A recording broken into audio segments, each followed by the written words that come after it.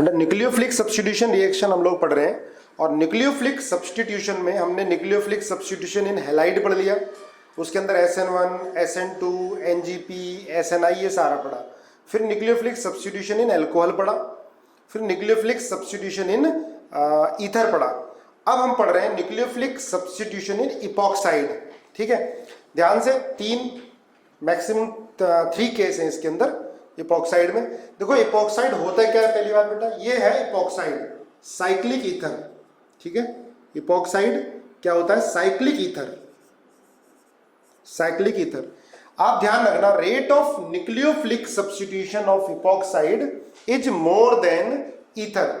Ether से ज्यादा rate होता है न्यूक्लियोफिलिक सब्स्टिट्यूशन का, है ना। क्यों होता है, क्योंकि ये 3 मेंबर्ड रिंग है तो एंगल स्ट्रेन की वजह से रेट ज्यादा होता है, इसकी रिएक्टिविटी ज्यादा होती है, ये अपने स्ट्रेन को रिलीव करना चाहेगा, इसलिए कोई भी न्यूक्लियोफाइल इजीली इसको ब्रेक कर सकता है। ठीक है, जैसे हमने ये पढ़ा था ईथर की रिएक्शन बेस से नहीं होती है। ठीक है, ईथर बेस में स्टेबल होगा, OH- से रिएक्शन कराएंगे तो नहीं होगी, है ना। इसका रीजन भी आपको प्रीवियस लेक्चर में बताया हुआ है। ठीक है, इसकी लीविंग पावर बहुत कम होती है, लेकिन अगर हम OH- की रिएक्शन इससे कराएंगे तो ये OH- इसको बॉन्ड को ब्रेक कर देता है। ठीक है, और ये रिएक्शन हो जाएगी O- CH2 CH2 और OH, है ना। रीजन क्या होगा, ये अपने स्ट्रेन को रिलीव करना चाहेगा।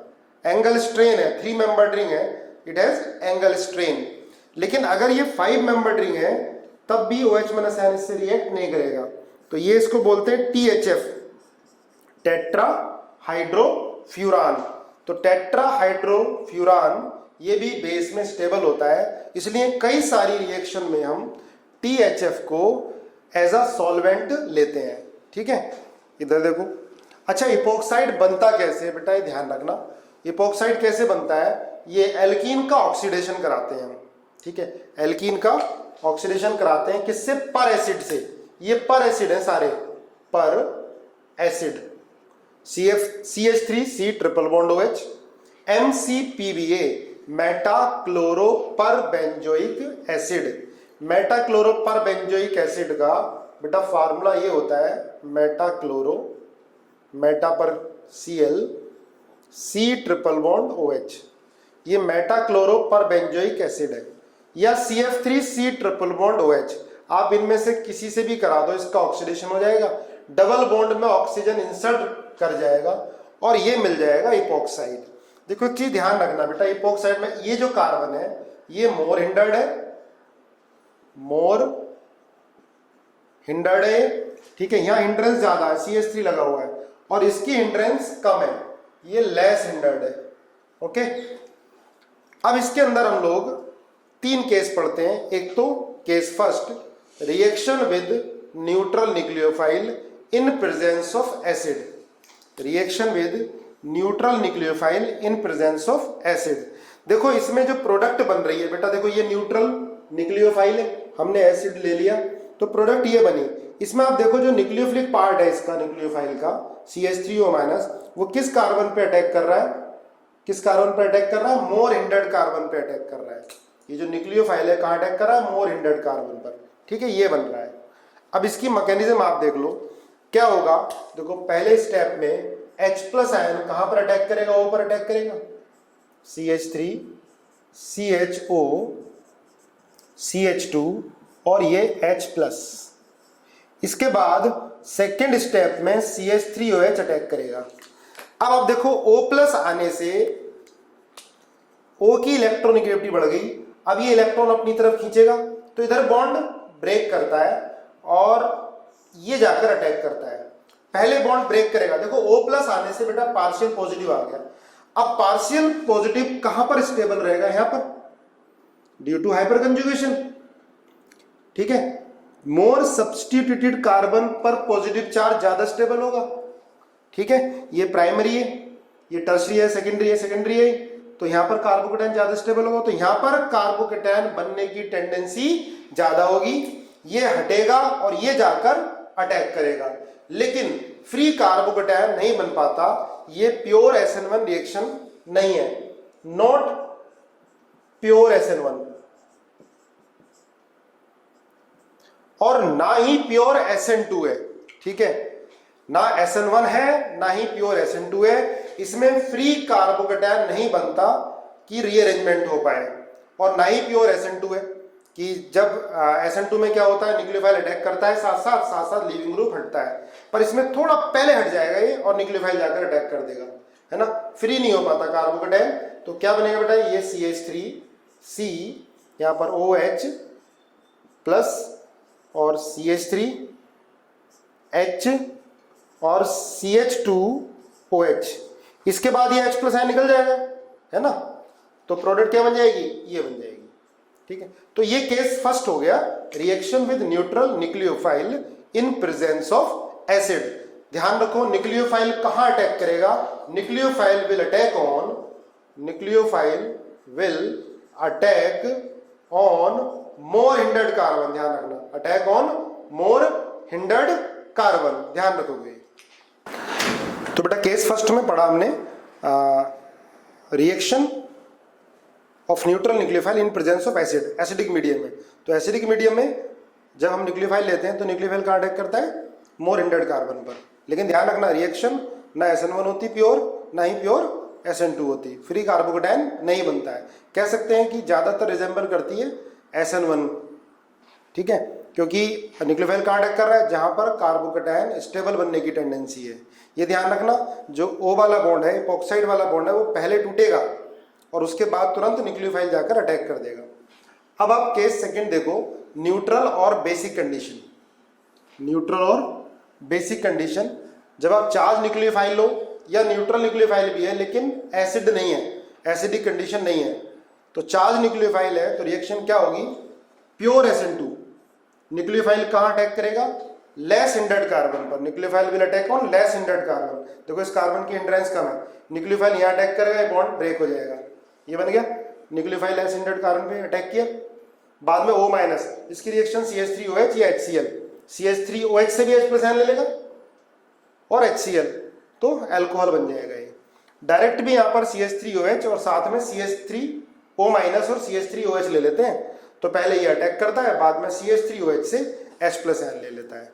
ठीक है, तो ये न्यूट्रल कंडीशन या बेसिक कंडीशन का केस है जिसमें न्यूक्लियोफाइल का अटैक करेगा, लेस हिंडर्ड कार्बन पर अटैक करेगा, है ना। When nucleophile attack on unprotonated epoxide, the reaction is pure SN2।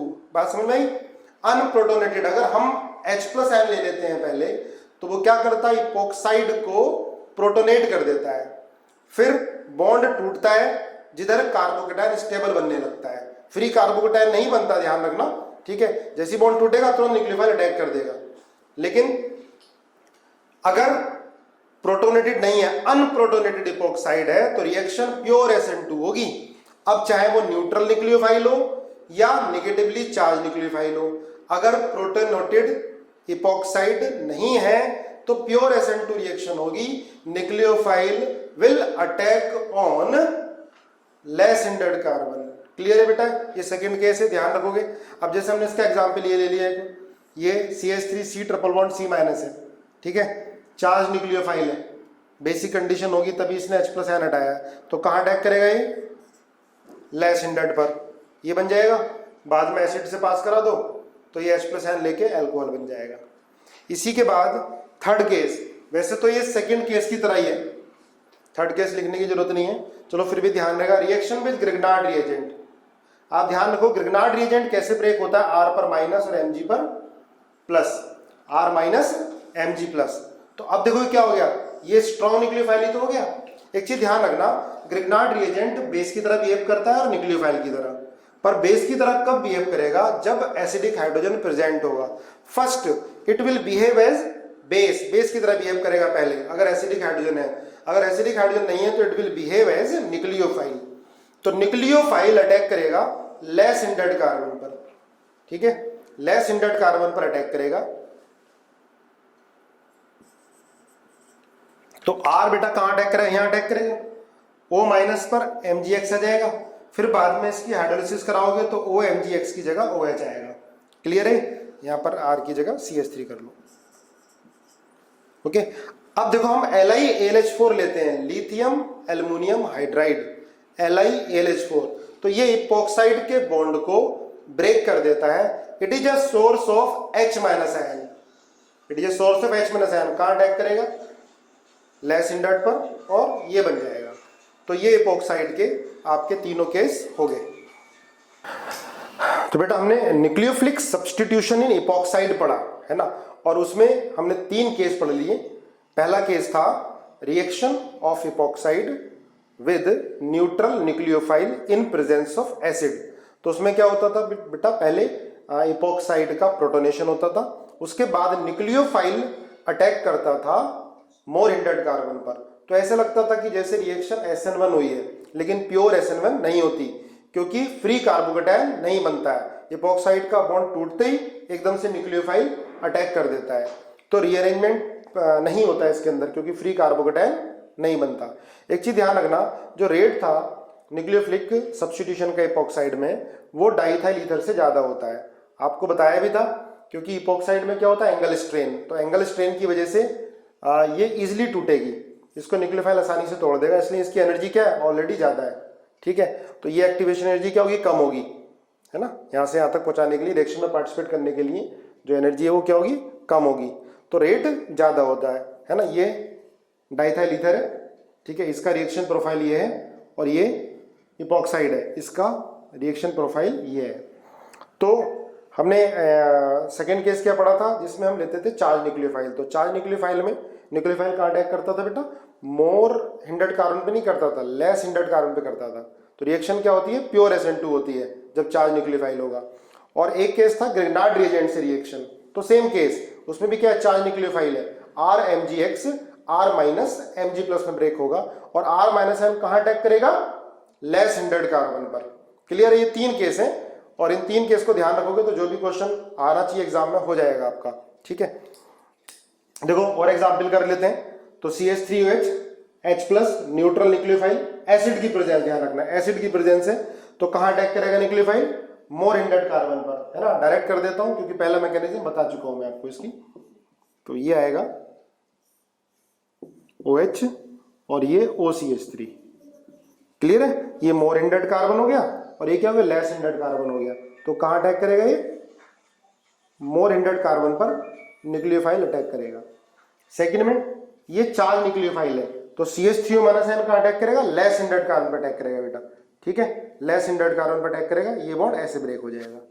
Clear है, तो प्रोडक्ट क्या बनेगी इसके अंदर, बहुत इजी है, ये O माइनस, इसके बाद ये CH2 और OCH3।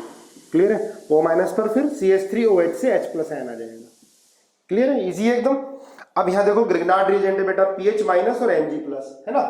अब पीएच माइनस आयन इसकी तरह बिल्कुल चार्ज न्यूक्लियोफाइल की तरह, तो पीएच माइनस आयन का अटैक करेगा, लेस हिंडर्ड कार्बन पर अटैक करेगा, बॉन्ड इधर टूटेगा माइनस, यहां क्या आएगा प्लस, तो पीएच माइनस आयन प्लस पे अटैक कर जाएगा, और प्रोडक्ट बनेगी ये पीएच, और यहां O माइनस MgBr आएगा। अब देखो इसके बाद हाइड्रोलिसिस करा रहे हैं, तो O माइनस MgBr की जगह क्या आ जाएगा, OH आ जाएगा। क्लियर है, ये पहले भी पढ़ा हुआ है हमने, पीएच आ गया। क्लियर, CH3NH2 ये न्यूट्रल न्यूक्लियोफाइल है, लेकिन एसिड नहीं है, एसिड नहीं है, तो ये लेस हिंडर्ड पर ही अटैक करेगा। देखो जब एसिड होता है तो एसिड क्या कर देता है, इसको प्रोटोनेट कर देता है O प्लस, तो इसकी टेंडेंसी इधर से टूटने की और partial positive charge more hindered carbon पर आने की ज्यादा हो जाती है ना, ड्यू टू प्रोटोनेशन। अब यहाँ एसिड नहीं है, क्लियर है, तो ये लेस हिंडर्ड पे ही अटैक करेगा, ये लेस हिंडर्ड पे ही अटैक करेगा, मोर हिंडर्ड पर अटैक नहीं करेगा, NHCH3। क्लियर है, और ये एग्जांपल देख लो, MCPBA मेटाक्लोरोपरबेंजोइक एसिड। देखो बताया पहले जब इपॉक्साइड की फॉर्मेशन कराई है, कभी भी आपको रीअरेंजमेंट नहीं करना है, ठीक है, एल्कीन से अल्कोहल बनाना है विदाउट रीअरेंजमेंट, तो ये मेथड यूज करेंगे। MCPBA मेटाक्लोरोपरबेंजोइक एसिड लगा दो, या CF3C ट्रिपल बॉन्ड OH, कोई भी पर एसिड है ना। अब आप देखो क्या करेगा ये, A क्या बनेगा इसमें बेटा, CH3 CH CH3 और CH CH2 और ये इपॉक्साइड बन जाएगा। क्लियर है? ऑक्सीजन इसके अंदर इंसर्ट कर जाएगा।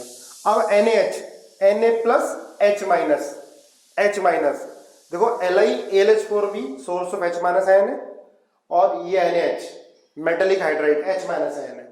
तो सेम केस चार्ज न्यूक्लियोफाइल वाला केस लगेगा। H माइनस आयन कहां अटैक करेगा? लेस हिंडर्ड पर, तो ये H माइनस आयन यहां अटैक करेगा और ये बॉन्ड ये ऐसे ब्रेक हो जाएगा। तो B क्या बनेगा? बना लोगे B, ठीक है। B बन जाएगा CH3 CH CH3 CHO minus और CH3। क्लियर है? H माइनस आयन यहां कर गया, लेस हिंडर्ड पर अटैक कर गया, बॉन्ड इधर टूटा, O माइनस यहाँ आ गया CH3। बाद में H प्लस क्या होगा? O माइनस पर लग जाएगा। तो प्रोडक्ट बन जाएगी ये CH3 CH CH3 CHOH और ये CH3। क्लियर है? विदाउट रीअरेंजमेंट हमने एल्कीन से अल्कोहल बनाया। अगर हम H3O प्लस से इसकी रिएक्शन कराते, H3O प्लस से पहले H प्लस एन अटैक करता, कार्बोकटाइन यहाँ बनता, फिर हाइड्राइड शिफ्ट होके तो ये टर्शरी अल्कोहल बन जाता है। अगर हमें ये बनाना है तो ये मेथड यूज करेंगे। देख लो ध्यान से, है ना। ये वाला केस बिल्कुल सेम सिमिलर है। CH3O माइनस है जो हमने पढ़ चुके हैं। ये चार्ज न्यूक्लियोफाइल है, कहाँ अटैक करेगा? लेस हिंडर्ड कार्बन पर अटैक करेगा। ठीक है, ये बॉन्ड स्प्लिट हो जाएगा। कर लोगे? फिर O माइनस CH3 से H प्लस आयन ले लेगा, है ना। SN2 रिएक्शन होगी, चार्ज न्यूक्लियोफाइल होगा। तो अभी देखो HCl का H प्लस आयन है, H प्लस क्या करेगा? इसको प्रोटोनेट करेगा, O प्लस बन जाएगा। इसके बाद CH3H कहाँ अटैक करेगा? मोर हिंडर्ड कार्बन पे अटैक करेगा, है ना। तो प्रोडक्ट क्या बन जाएगी? H CH3 C, ये OH इधर आएगा, है ना। ये बॉन्ड इस तरह से ब्रेक होगा। इसके बाद यहाँ आ जाएगा CH3 CH3O CH3। ठीक है, SN1 टाइप, प्योर SN1 नहीं। ठीक है, कहाँ अटैक कर गया? मोर हिंडर्ड कार्बन पर। ये कहाँ अटैक करेगा? लेस हिंडर्ड कार्बन पर, CH3 माइनस Mg प्लस। तो CH3 माइनस एन अटैक कहाँ करेगा बेटा? लेस हिंडर्ड कार्बन पर। ये बॉन्ड टूट जाएगा, यहाँ पर O माइनस MgBr आएगा, फिर इसकी हाइड्रोलिसिस करोगे तो OH आ जाएगा। LiAlH4 H माइनस एन, सोर्स ऑफ H माइनस एन, कहाँ अटैक करेगा? लेस हिंडर्ड पर अटैक करेगा। ये भी लेस हिंडर्ड पर अटैक करेगा, तो ये बनेगा H और O माइनस, है ना। बाद में एसिड से पास करा दो, O माइनस की जगह क्या आ जाएगा? H आ जाएगा। ठीक है, तो बेटा ये क्वेश्चन हो गए हमारे इपॉक्साइड के, और सारे केस के काफी सारे एग्जाम्पल हो गए। ठीक है, सफिशिएंट है, इसको अच्छे से कर लेना। Thank you.